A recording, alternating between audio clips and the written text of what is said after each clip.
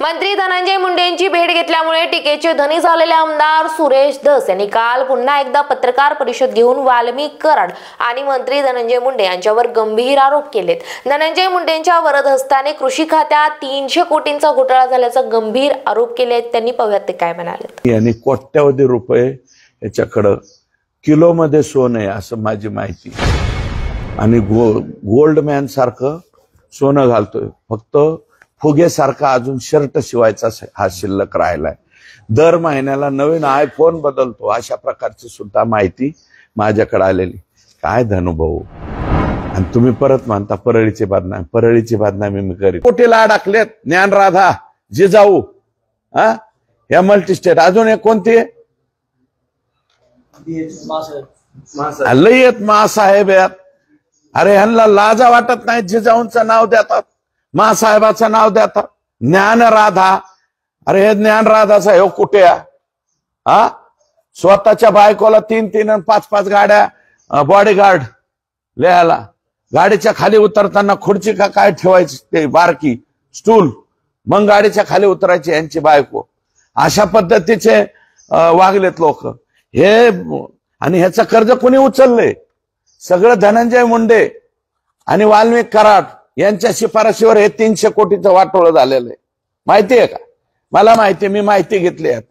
सगळं वाटोळं यांनी केलं, याच्यावर अजून प्रशासक नाही। 15 महिन्यापासून गुन्हा दाखल होऊन गेलाय। का प्रशासक येत नाही? धनंजय मुंडे साहेब का प्रशासक येऊन देत नाहीत का?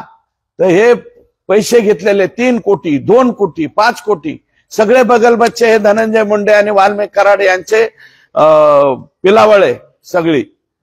आणि हे इतके खतरनाक आहेत हे काही लोक, म्हणजे मी सगळे नाही म्हणत, अशी टाळी वाजवणाऱ्यांकडून सुद्धा पैसे गोळा करीत होते।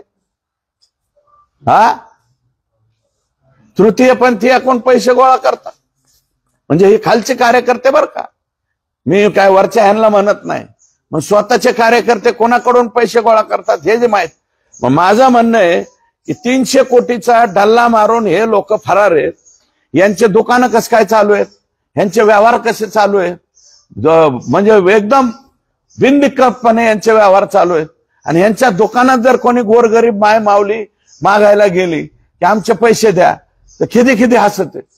म्हणजे या संचालकांचे व्यवहार चालू, यांचे दुकानं चालू, मग पोलिसांना ह्यांचे घरातले लोक बेका आणून पोलीस स्टेशनला बसता येत नाही। पैसे कुठून जातात, कोणत्या अकाउंटवरून जातात, हे तपासायचं काम कोणाचं आहे? परळी पोलीस म्हणजे फक्त यांनी सांगितलं तेवढ्याच कारवाया करायच्या का? यांनी सांगितलं बापू आंदोळेच्या खून प्रकरणाच्या वेळेस 8:30 वाजता घटना घडली, फिर्याद देताना 7 वाजता दाखवली।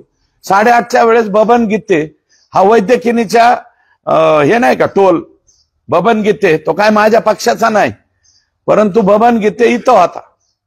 कोणता? वैद्यकिनीच्या टोलवर आपण जाता येता बघता ना, टोलवर होता त्यावेळेस तिकडं खून काढला, तरी बबन गीतेचं नाव 302 मध्ये।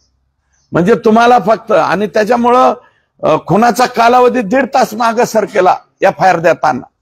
यांचं काय लक्ष आहे? बोगस कर्ज प्रकरण यांचेच अफाट आहेत। तुम्हाला सांगतो, एक 6 लोकांनी फिर्याद दिली।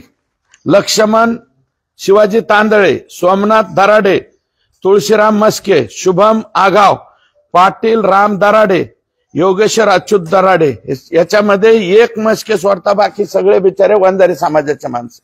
हे काय केलंय ह्या पाठ्याने?